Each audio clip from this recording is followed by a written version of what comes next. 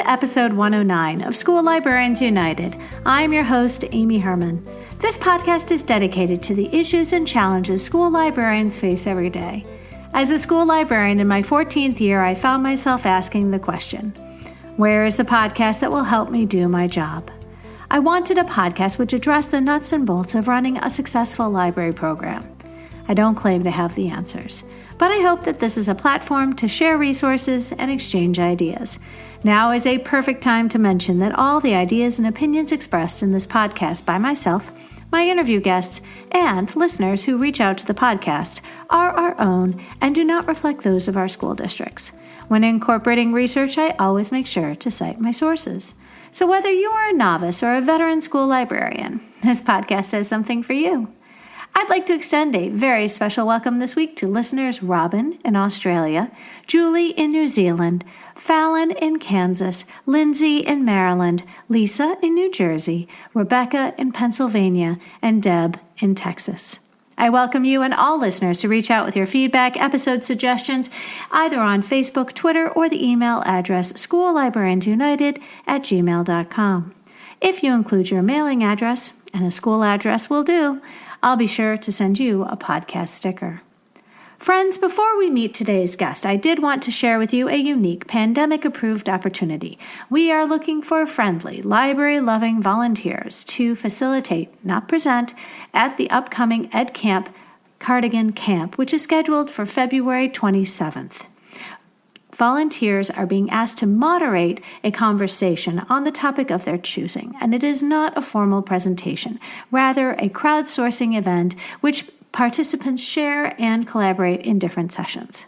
This event is the inspiration of Christina Holzweiss. Anyone who has ever worked with Christina, author of the book Hacking School Libraries, is instantly aware of her ingenuity and unceasing drive to unite and support school librarians everywhere.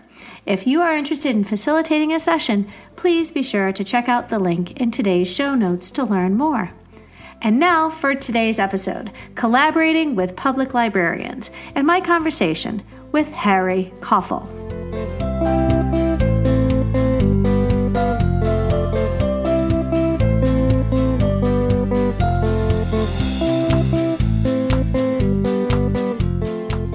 Friends, I am so excited to be sharing this conversation with you today. Harry Coffill, welcome back to the podcast. Thank you, Amy. You know, friends, if you haven't already, I encourage you to listen to Harry's first visit to the podcast. He shared his perspectives on the future of our biography sections, episode 48, and that was posted in the Before Times, November 2019. And friends, I'll include a link in the show notes. Harry, I've got to tell you, that is such a popular episode. People love listening to you describe your ideas about where this, our biographies and the future of where they're going. It put some pressure on me to practice what I preached with that one too, as I've done my acquisitions over the past 2 years. So thank you. You know, anytime we reflect on what we do, which is, has become a habit. And I know, I tell people I've been a librarian now. This is my 14th year. Harry, would you tell us how long you've been a librarian? 3 years at my current job, and then 5 years in the before times for me. That would have been like 1999 through 2004. So sure. Library to classroom, back to library for me. All right. I'm sure there are listeners nodding their heads right now going, yep. And there are quite a few librarians right now during the pandemic who are finding themselves flipping in and out of their library spaces, unfortunately not by their choosing.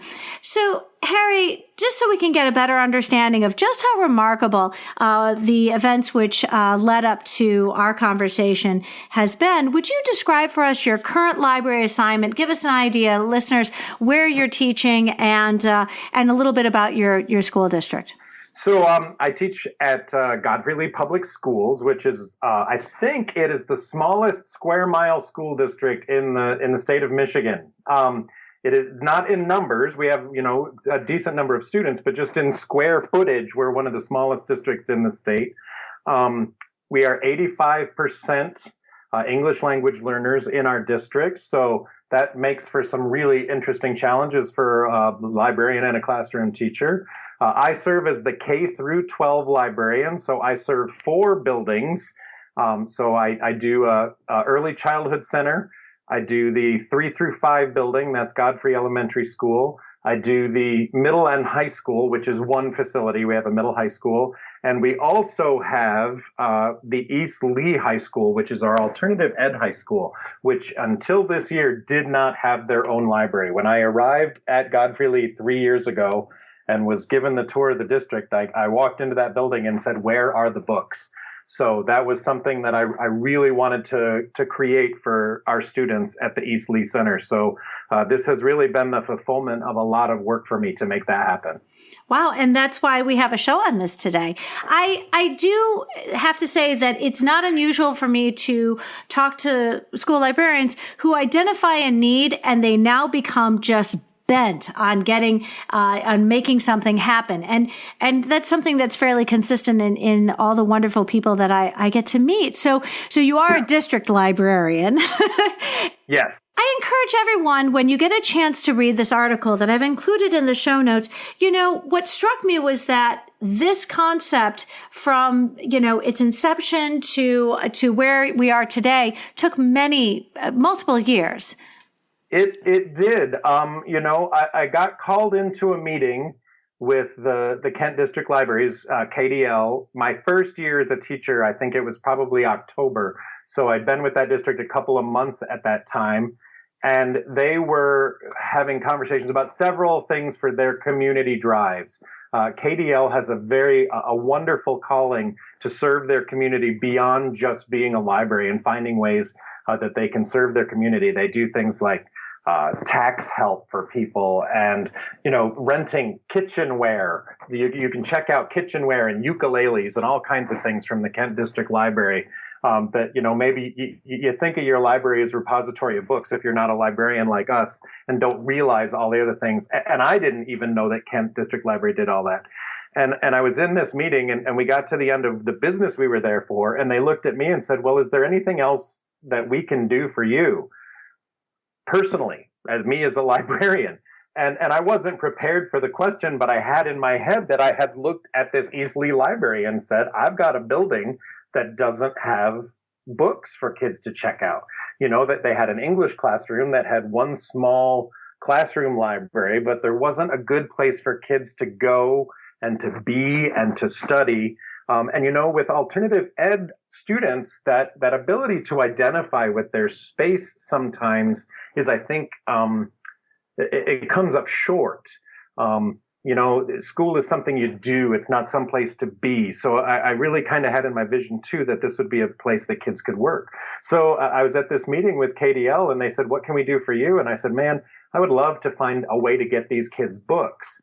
And at first, the conversation kind of went towards the KDL bookmobile, which has been kind of an interim thing that got us to where we were going. But the director of KDL said, "Yeah, let's do that. Let's make it happen." It was really like almost that immediate. So we were, kind of able to enter this cooperative venture where this was a thing that was going to happen. So we negotiated it for 2 years. We were ready to go last March when the pandemic hit. Our plan was to open it in September. And we had a few meetings in March and April. And I said, I think that we put it together. We put the shelves up. We put the books there. If the kids come back to school, that's great. And if not, we'll be ready when they come back to school. We are starting.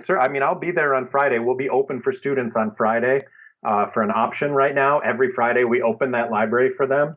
And maybe a little later, we can talk about what we're going to do on Fridays when kids come in to visit. But so we're open and we're ready to go. It's kind of like having a soft opening, like they do in Vegas when they open a new casino. They don't open for everybody at once. So it's kind of nice to get all the bugs out in our soft opening.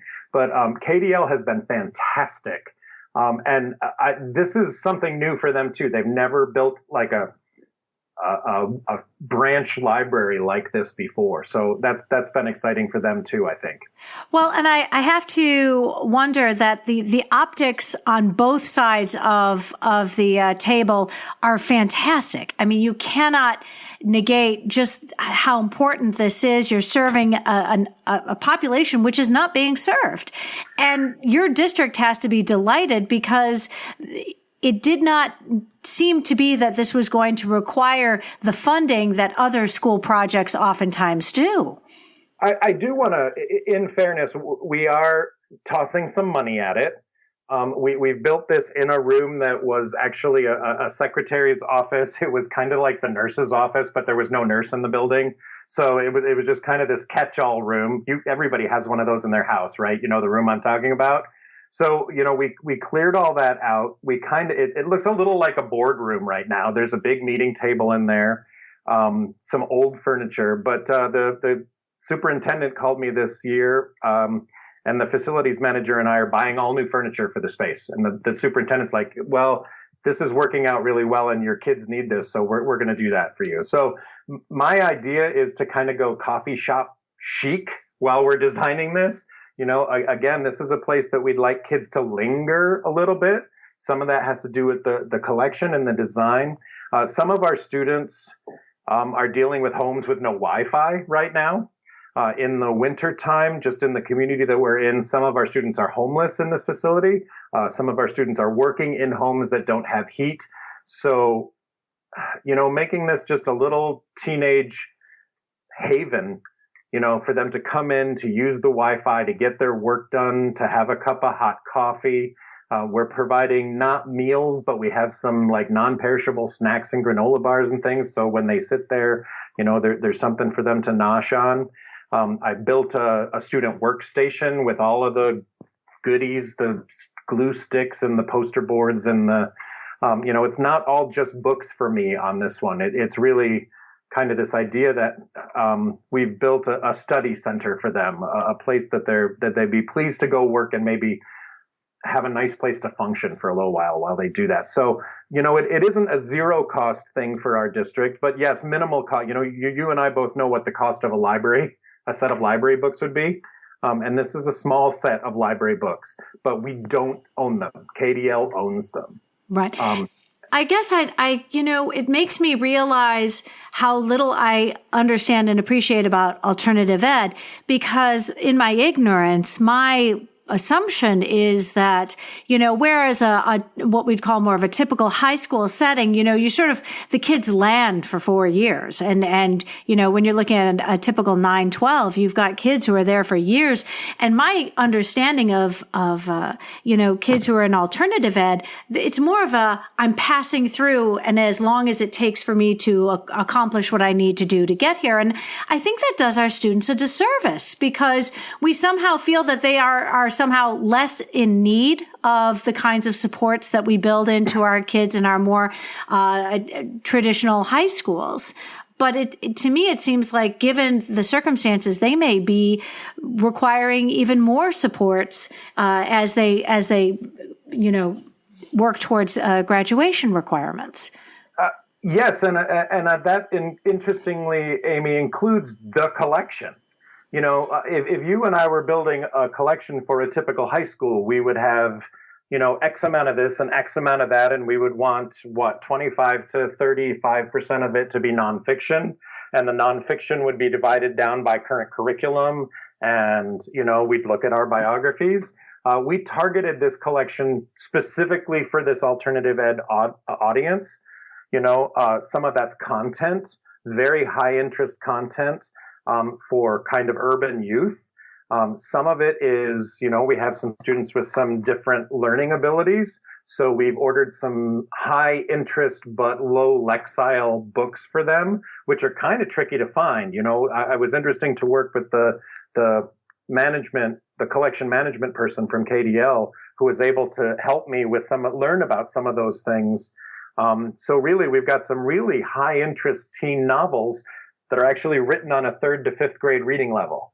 So they're things that a kid's not going to be embarrassed to walk around with, that's below their emotional intelligence level, but still reaches their reading level and then inspires them to read things that are harder than that. So we really went for some high interest stuff, large graphic novel section, high interest novel stuff, very little nonfiction, because we can pull in books for them literally from anywhere in the KDL library. They can use the library card that they've been issued, sit down at the computer, ask for books from anywhere in the KDL system, and they'll get pulled in from the bookmobile to their library. So, spending a lot of time ordering nonfiction that they weren't going to read didn't make sense to us. And also because some of our students have younger siblings, and even some of our students are parents in that district, we put a children's library in there. So if they come in on Friday to work in the library, they can bring in, the kids that they're taking care of, sit them down on the floor and do a little story read and have books to check out to bring into their own homes, to try to help with this idea of building readers with the younger ones in their households too, which that's an exciting way, I think, to approach that issue.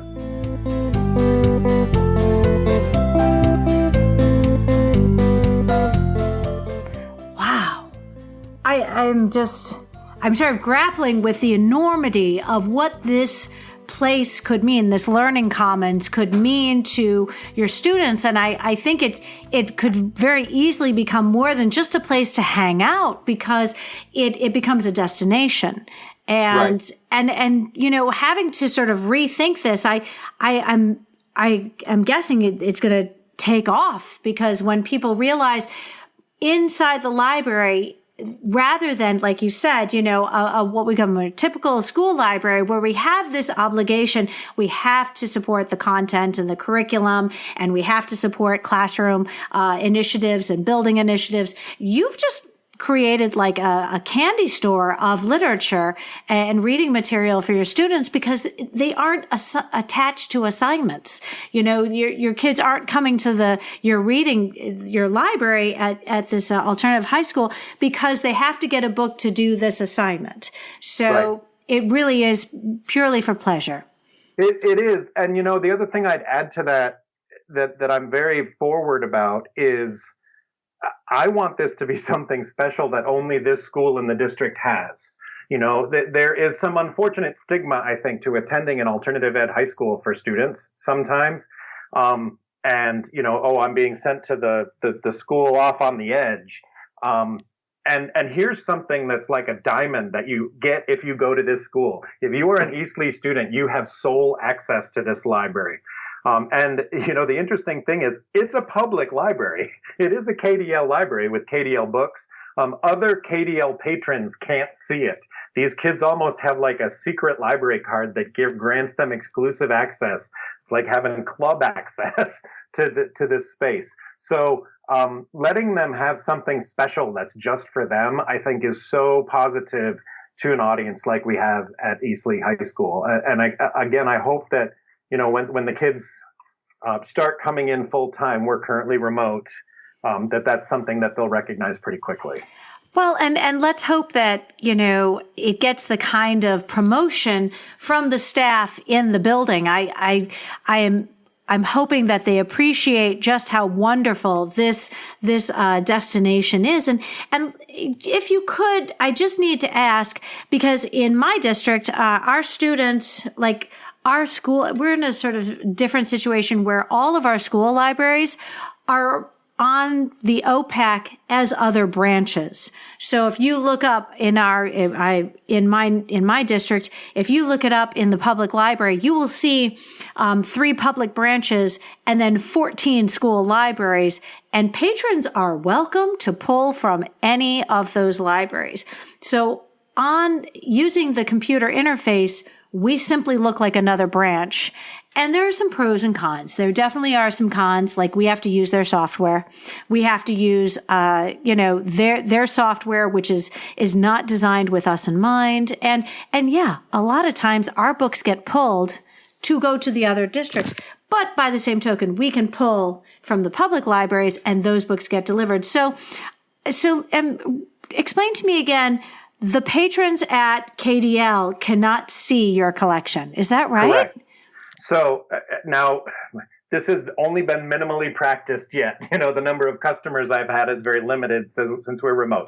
But what we have is the Eastleigh Library card, the Eastleigh KDL Library card, that the patrons from Eastleigh Library are tagged, so they are the only ones that can see the Eastleigh Library. So if you do a KDL search and the book is at Eastleigh Library, you won't see it. However, if you do a KDL search from the Eastleigh Library with your Eastleigh Library card, you get everything. You get the whole, Kent County library system, and you can pull a book from anywhere in Kent County Library. And some of that, we had discussions with that. There's a safety and security issue there too. We didn't want anybody coming to the school thinking they could attend our public library. We don't want people coming in needing access to the library because they're from KDL. So, this is set up as a remote separate branch. We are using KDL OPAC for just the Eastleigh Library. I use a different OPAC for our school district library. Which is a unified catalog for the rest of our school district. So you can check what's at the Early Childhood Center from the high school if you want to. But no, the KDL library at Eastleigh is separate from that, and it's exclusive to Eastleigh students.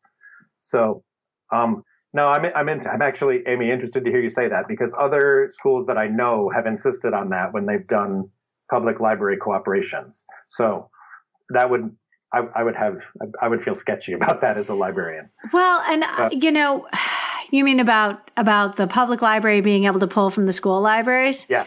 And I'll be honest, it probably explains why our school buildings budgets are so modest, because when they look up in the OPAC how many books we have access to, they see 17 libraries. Oh, it used to be 17. It's now 14 libraries.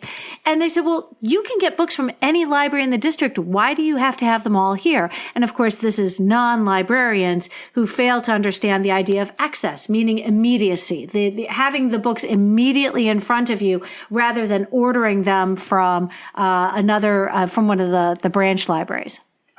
I have to say, very few of my conversations with KDL have been about budget. And in fact, we anticipate we have half as many books as we're eventually going to have in this library right now. One of the things we wish to do when students come back is bring students, literally we're ready to go to the Wyoming Public Library with about 10 students and they're going to call it shopping. And the kids are going to go through the young adult section, fill a table with books, and the youth librarian at the Wyoming Public Library is going to take that table of books and redistribute them to our little pocket library. So, one of the things that the collections designer from KDL wants to do is say, let the kids pick books so I can see what they picked and send you more of that. But never have they said, you're going to get this many $1,000s worth of books, That's not ever been part of our conversation here with them. Wow. So, the idea of your students getting to go and select the books they want for their library. Sometimes, as school librarians, we want the kids to have voice. We want the kids to be able to express, what do you want? But unfortunately, it's oftentimes like they're coming up with these ideas. Oh, well, I want this book or I want this book. But it's not like they're literally pulling books off the shelf and saying like this.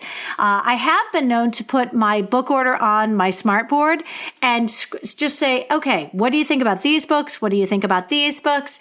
And that's been sort of fun, because I know when I've wanted to buy sports teams, I wanted to buy basketball, NBA, NFL, and the baseball, and MLB.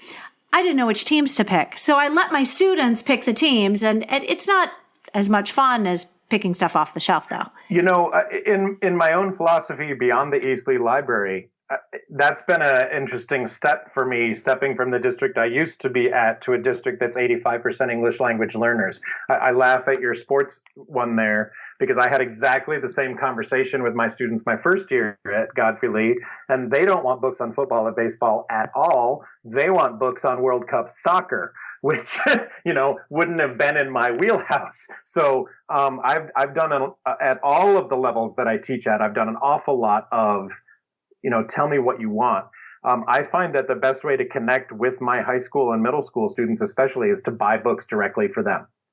My favorite is, you probably know it because you're a librarian. There's a lovely coffee table book of Hamilton that has all the lyrics and the pictures and his stories about how he wrote all of the, and I think I have 4 copies right now because of the demand for it.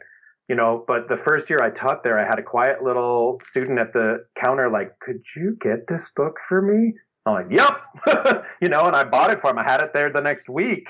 And I emailed the kid in their classroom and said, the Hamilton book you want is here. And they're like, you bought that because I asked for it? Yup. And then 6 other kids in class start telling me what they want. So, you're going to get a lot more buy-in, and that passes off. The excitement for that goes to the other kids in class. Like that expensive coffee table book the library got because we asked for it and we're interested in reading it. Well, you're going to get traffic on that book then. So, I think that that's just a good paradigm in general for youth librarians. And I've done it all the way down to kindergarten. We want books on farm animals. Here they are. That's what I'm currently renovating right now is my nonfiction animal section because the demand for it at my early childhood center is so huge. No, yeah, $5.99 is without a doubt. I mean, the 500s are the biggest in any of my libraries, and the 5.99s are out of control. On the other hand, and maybe this is a chicken or the egg situation, but not a day goes by that I don't, when my teachers at the elementary level ask for research books, it is 100% always about, well, we're doing animals. Oh, good, because I've got plenty to offer you. And of course they want the nonfiction text features and things that, and it helps when you buy series because then teachers themselves become familiar with the formatting in these books, and we can count on a glossary and an index and captions and bold and all sort of those helpful things that students need. Teaching the mechanics of a book, yes, absolutely. And some of those series books are absolutely great.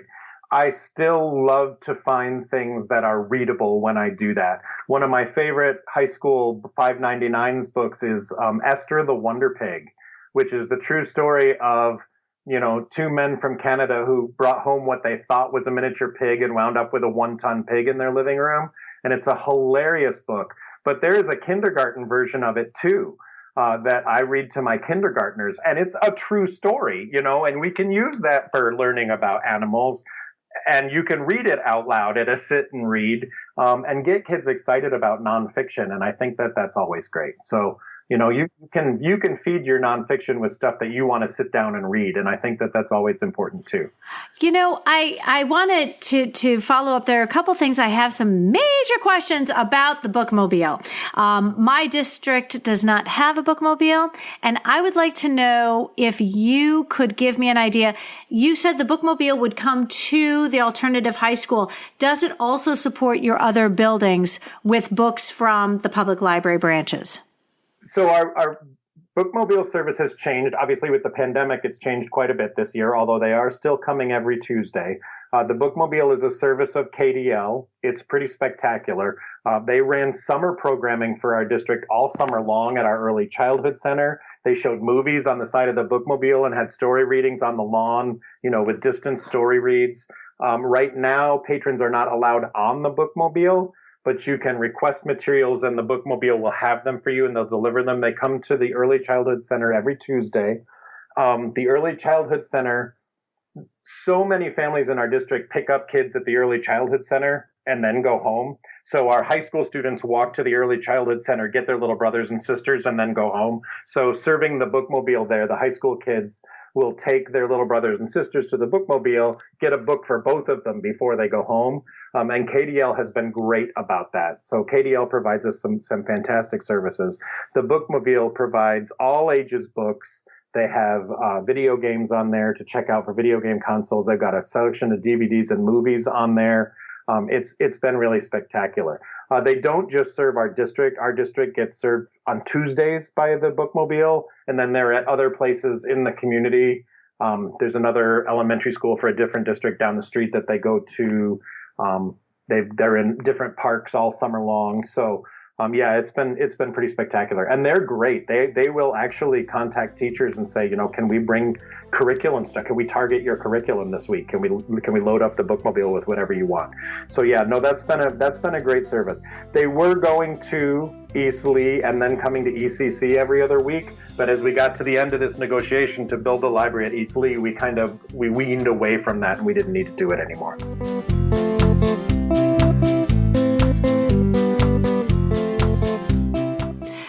I was fascinated when I read the article about this undertaking because I'm very ignorant when it comes to the different jobs that are performed at the public library. I understand that there is a distinction between the clerks and the librarians, but how those librarians and their specialties are divided and delineated, I have no awareness. Could you tell me about how all the different specialties that you encountered in trying to accomplish this wonderful satellite library that now is in your alternative high school?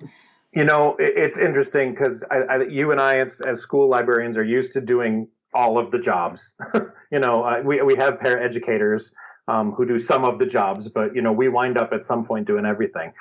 Let's see. The collections manager has been really awesome. I think that she has really enjoyed the challenge of targeting the collection for this group.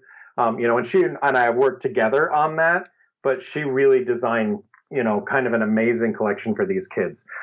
There's a youth librarian from Wyoming that we directly work with, and he's also the community liaison for the Wyoming branch of the library. So he has been kind of the formative management person on the KDL end. Somebody has been doing PR for us from KDL. So I think I sent you a copy of the flyer we got. The KDL program, PR, public relations program, wrote that flyer for us and had it translated into Spanish. Anything in our district that gets sent home has to be in English and Spanish. But I said, we can translate it into Spanish for you. And Katie was like, no, we'll take care of that. You get into the ones that I didn't even know existed. Every KDL branch has library books, but there's literally a warehouse in Kent County that's nothing but library books that just get wheeled in and out. So I've had some things to do with the warehouse manager. One of the new books that they sent me last week was missing the last 2 chapters. So I don't return that to the vendor like you and I would. I return it to the warehouse manager, and she's going to ship me a new copy. So yeah, it's kind of amazing to me that the level of organization they have that's helping with that. And that's not even, mentioning the head of KDL who got this ball started with us. What was it, 2 years ago now? So the level of help that we got. And then in December, we do a monthly food drive where we give away meals for our community, which, obviously during the pandemic has been way increased. When we had our grand opening in December for the library at East Lee, we did the food drive at East Lee, and KDL came and helped us distribute the food. We had I think 12 people there from Kent District Libraries there helping us load our community trunks with food. Anybody that wanted to pull over and come in and see the library, we allowed to do it, obviously in small, like 1 and 2 person groups because of COVID. But, we welcomed the community to do that. And not only that, KDL showed up with little robot toys for kids and like water bottles and cool thermoses, coffee thermoses. So everybody didn't just get food. They got little presents from KDL. We stuffed all of those with bookmarks telling East Lee families that they could come in and use the library. And KDL helped us get all that set up too. So their excitement at this, their pride in this is a big part of why I'm enjoying it so much. So they've been absolutely fantastic. Well, and again, perhaps I have very little understanding of just, the magnitude of how a public library, when they support the community, these all are wins for them. I mean, when you look at, the public library's responsibility, they are speaking to their tax base in much the same way that school libraries are speaking to our tax base. We want the people who, vote for our millages and the people who support our schools every time they go to the ballot, to vote. Am I wrong? I mean, do the public libraries need to show the community that they are relevant? And this is one of the ways. It seems like a partnership, but it also seems like they have to be benefiting from this as well. It's not just it's not so one-sided as it might seem. That and I would also say that the encouragement of use of the public library. To teach these 9th through 12th graders that that they can go to the library. These kids have jobs; they need tax forms. You can pick those up at the library. You can check out movies at the library. You can get Xbox games at the library. Having the population that we serve, some of our community members are understandably nervous about applying for official state cards of any time. So the library cards make them nervous. Well, we just gave your kids all one. The students' addresses on all of their library cards are the Eastleigh High School.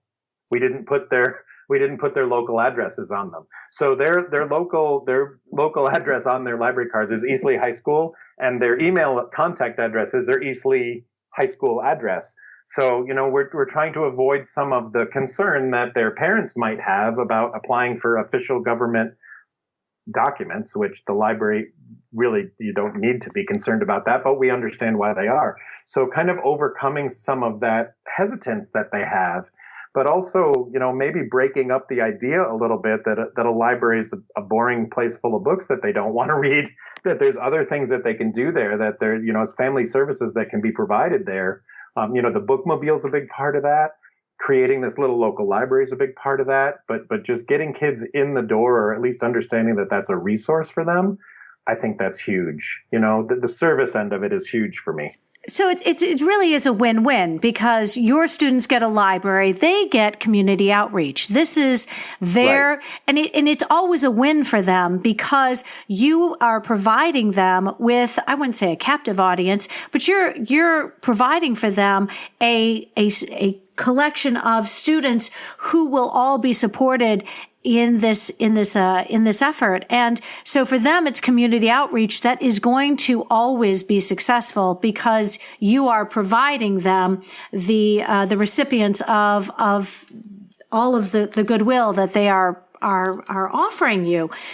I see this being mutually beneficial. Absolutely. Right. And not only that, but, this particular population of students, you are reminding them of all the wonderful things that the public library does, because when they do graduate from your district and then become members of the community at large, their understanding of all the good that a public library can offer them and their children, their families, is one that's always been a positive experience. And they eventually become those voters in your neighborhood. I mean, if they, there's your community support for your public library and for your public schools. Right. Wow. That's a lot. All right. I want to go back to the actual running of this library, because in terms of, if I'm correct in understanding, in terms of staffing, I mean, you are the district librarian, but that teachers in the building were given some training to be able to check out books to students. Is that right?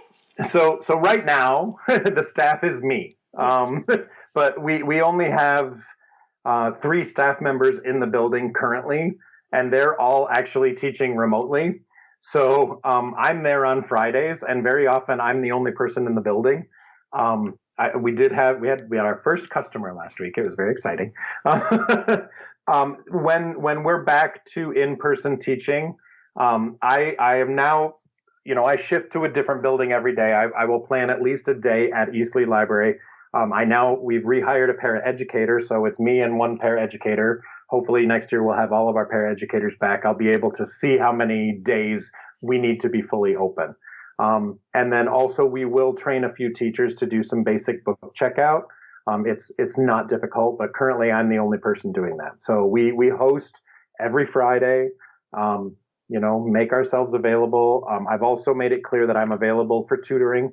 So while kids are there, if you need English homework or social studies homework, I'm your person. If you need math homework, you need to find somebody else. But I'm happy to help in any way I can. So right now I'm the staff, but we do have some plans as we go forward for making sure that's as accessible as possible. Well, and friends, I was sort of going through the article. I'll include a link in the show notes. Those are beautiful new books. Oh, yeah. You have beautiful new books on the shelves of this library.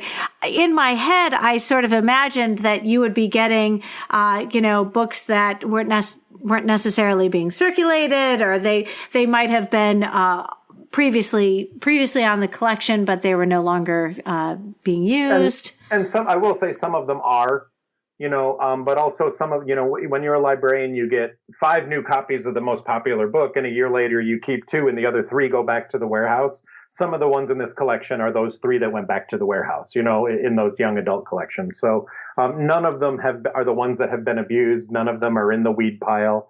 No, they really did. They picked a nice set of books for us. And I think all of the children's books are just brand spanking new. So I will be excited if we can start generating some of the use of those children's books for those families too. Getting books into the homes of our students in Godfrey-Lee is really, really important. A lot of the drives that we do, I just had a local company give us 11 boxes of books for our next food distribution. So for our February food distribution, I'm going to be the last table, and I'm just going to hand out books as they drive up. We'll call it our Valentine's book giveaway. So we'll give out books for Valentine's. I do like to, anytime we can add a little value added to that food drive, I think it just kind of makes it a nicer event. There's a little something extra there that we're doing for you on top of that. And I'm excited to be able to give away books in February. I've invited KDL to come help me with that again. So, sending those books home, creating home libraries is a big part of what we do too. And that includes both library and anytime I have a chance to give a kid a book. It's exciting to be able to do that. Wow. It just seems like what you're doing is so incredibly, I hate to use the word noble, because I think all school librarians are fantastic. And, but I'm going to be perfectly honest. Most of the kids that I check out books to, and this is, maybe too broad a generalization, there are kids for whom they're like, oh, I have all those books at home. I've had students tell me, and they're children, they are children, but they have said, I have more books than you do at my house. I'm like, oh, okay. And you, again, they're coming from a place of privilege and ignorance, and they're just little. They don't know. But the reality is that when you take these things for granted, that your students have books at home, and when there's a book fair, everybody goes home with armfuls of books. And the truth of the matter is that if you don't have that immediate accessibility to books, it just isn't part of your habit. One of my first year at Godfrey-Lee, I was a high school and a middle school teacher. I had never done the littles. I call them the littles, the K2 kids. And I was giving kindergartners a tour of the library. They had been there, I think, 2 weeks before when we finally had them in the library. And this kindergartner who, starting school, never been there before, spoke no English whatsoever, walked into the library and was jumping up and down and started shouting, todos los libros. Todos los libros, look at all the books. That kid had never seen that many books in their life. And that was so inspirational for me. And, and their teacher afterwards said, you have to understand, these kids don't have a shelf full of books in their house like your kid does. So to see that many books, the excitement that the littles have to be able to check those books out has been so inspirational to me. And that was probably a big part of my formation to my philosophy as how I librarianate at this school. We're always going to default to making sure a kid's going home with a book. That's it. That's just rule number 1 with what we do at any level. We don't hold you. You lost a book, don't care. Take another book. You can't find your book, don't care. You already checked out 6 books. You want that one too? Take it. I don't care. I do care. I want my books back, but we're always gonna default to making sure that kid goes home with a book. And my administration's been great about that. They've been understanding about that. My superintendent once said to me, I would rather have a kid have a book at home than get the $5 back to replace a lost book. So, it's huge. It's huge. And you're not going to have a kid that loves reading unless they have a book hidden under their bed that they love to read. So that's important. Can I ask, just because I want to make sure, when you first started in this district and you went to the alternative high school, did you ever have to tell a student, hey, I can get a book for you, but not today, or the bookmobile's coming? I mean, what was when you interacted with a student who wanted a book, and you, as a librarian, you are fully aware that this kid deserves a library and there isn't one in their school? I mean, describe for me what that must have been like. So I took all of the Eastleigh students and I put them in the high school distribution. So technically, if you went to Eastleigh, you could come over to the high school, but the high school is blocks away. You're not going to come find a book. None of those kids were going to email me and ask me for a book. I wasn't doing regular hours in that building. Once we got the bookmobile there was some excitement that those kids had the bookmobile, especially, I'll be honest, when we added Xbox games to it. But, hey, if you're in there for the Xbox game and you see the book next to it, that's how you create that excitement. So the first year I was there, the bookmobile was really our blessing for that.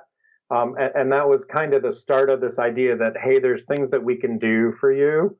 I will be excited when we can give them the bigger picture when they all come back. So, but yeah, it took a long time. I even let teachers know, you can access our OPAC. You can find books for your students. I will send them over. I will drive them over personally.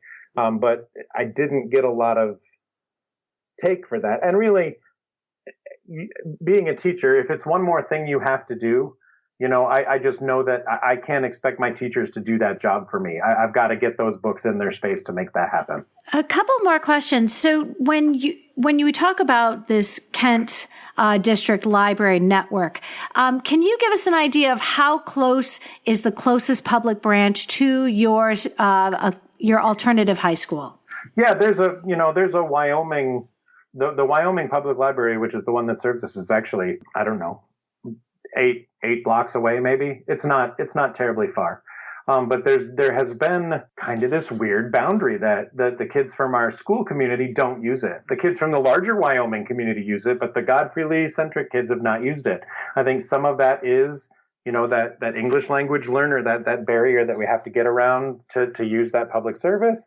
Some of it is I don't think they've reached out previously like they have recently. So it's been exciting. The other thing that's been great for us with the KDL is using their Libby ebooks this year, which, we got every kid in the district a library card number so they could use their Libby ebooks, which since we've been home since March, and some of our English teachers even prefer that, as supplements to their classroom libraries. So, and KDL just said, you need library card numbers for that? Well, hook your kids up. They wrote actually a side website just for Godfrey Lee students. So the Godfrey Lee students could use their email address to get a KDL number to use their electronic text. So, those reach outs are important. And again, I don't have a budget in my own school budget to afford ebooks. We know how expensive those are. And Libby can manage that cost much better than I can. And the resource, I don't have the resource managed to manage ebooks. So they've been fantastic with offering those kinds of services to us.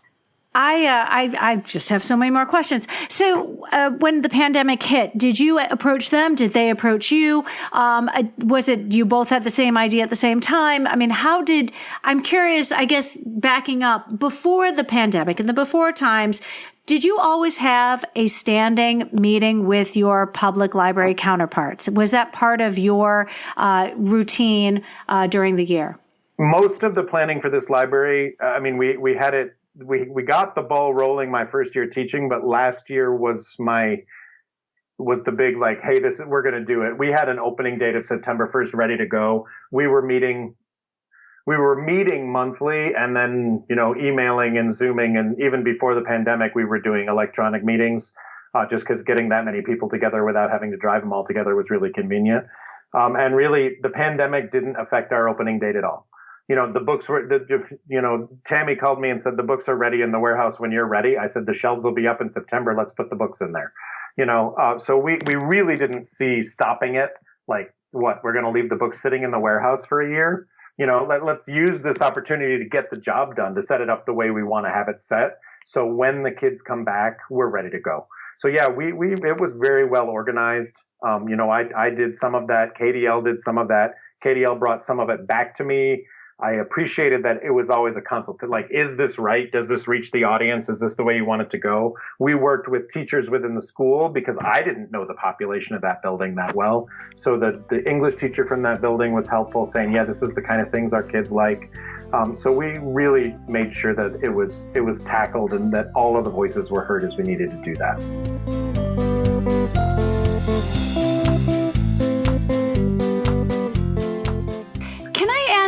Would you mind telling listeners what kinds of lessons did you learn from this undertaking? It sounds like an opportunity of a lifetime, but you're largely the reason why it ever got off the ground. My philosophy of a lot of things is that the worst thing, if the worst thing that can happen is that somebody says, no, you should ask anyway. So I would start there. When it came up in the meeting, I kind of shot this pie in the sky and they said yes. So, and I rolled with the yes. I don't think I ever asked for more than I expected, but making sure that their voice was heard, that my voice was heard, that the administration was involved in those meetings, that teachers were invited to those meetings. When I contact out now, the teachers are excited about helping me promote it with their students because they were included as voices in those meetings. As much as possible, giving anybody credit. I appreciate that you're giving me credit right now, but there were other people involved in that process and making sure that those things happen, and in helping us share that excitement, sending it out through social networks, making sure it's going, to the article that you sent it, School News Network. Actually, Miranda from Wood TV helped us do some promotion. There's a certain amount of cheerleading that I've had to do that I'm not used to doing. I think as librarians, we do have to do cheerleading in this day and age, but this has been kind of over the top cheerleading. Every chance I get, I mention it to somebody. So that's, I think that's a little bit more, the public relations part of it has probably been a little bit more of a learning curve for me too. Wow. And may I ask just selfishly, have they expressed a commitment to keeping this program going moving forward? So we haven't discussed an end date. I do try to keep them, I don't know if shareholders is the right word. They have to tell the people in charge of their money how they're spending their money, and I'm part of that. So, I even though it was one kid, I sent a fun email. Hey, we had our first customer and we got, yahoos from the people that we sent emails to last week. Again, it's a little rough to look at what our numbers are going to be. Sooner or later, we need to assess the success of it and see how it's going and talk about continuation or expansion, if it's successful and how that's going to work and what we might want to do more than that. So I think there's some responsibility to make sure that we're being fiscally responsible. We're doing it in ways that's useful, that we're keeping it open and accessible as much as possible. Those conversations we've had, but no, we didn't put an end date on it. We haven't tied any strings to it. We haven't even really defined what success is, which sooner or later, I think we should do that. But we haven't done it yet. Well, I'm so excited that you've been able to share with us your success so far, because truly, reaching the place where you have right now has got to be an amazing accomplishment. Harry, please let us know how we can follow you on social media. Yeah. So our Twitter is, I actually just changed the name of our Twitter feed because we're calling it Libraries and Innovation Services. We're kind of switching around some of what we're doing. So I'm technically part of our tech team, and we're switching our tech curriculum kind of over to this idea of innovation and innovation labs. And I'm thrilled by that. I think libraries are a huge part of that, but we didn't want to have two different social networks. So on Twitter, I'm at Lee Libraries. On Instagram, I don't write them down. So They're on the script in front of you. You can. Got it. And I will make sure that we'll put these in. I'll put them in our show notes, friends, for contact. Yes. If you'd like to add Harry and his program to your PLN, we will make sure to include those in the show notes. Harry, your year is going to be fantastic. I know, because when your students are able to be in their new learning commons, it really is going to be a game changer for them when they get to school. I think so.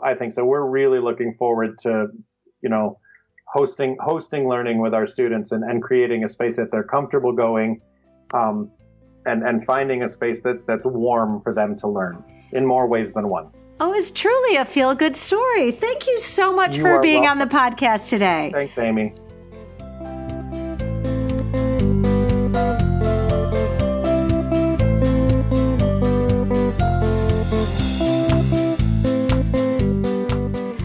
I really love learning from Harry, and I'm so glad that we were able to share this conversation with you today. It does remind me of the before time. Harry and I met. We sat in a ballroom somewhere in the middle of Michigan at our state conference in November of 2019. And I could tell he had so many things to share and a great deal of appreciation for all of his life's experiences, especially when it comes to libraries. And being able to have that conversation with him today really meant a lot. If you found this episode helpful, please share it out with your team, your PLN, and on social media. And if you really liked listening today, be sure to subscribe on your favorite podcatcher so you'll never miss an episode. The topic of our next episode will be Kids Lit Quiz and my interview with Julie Huggins. I hope you will tune in.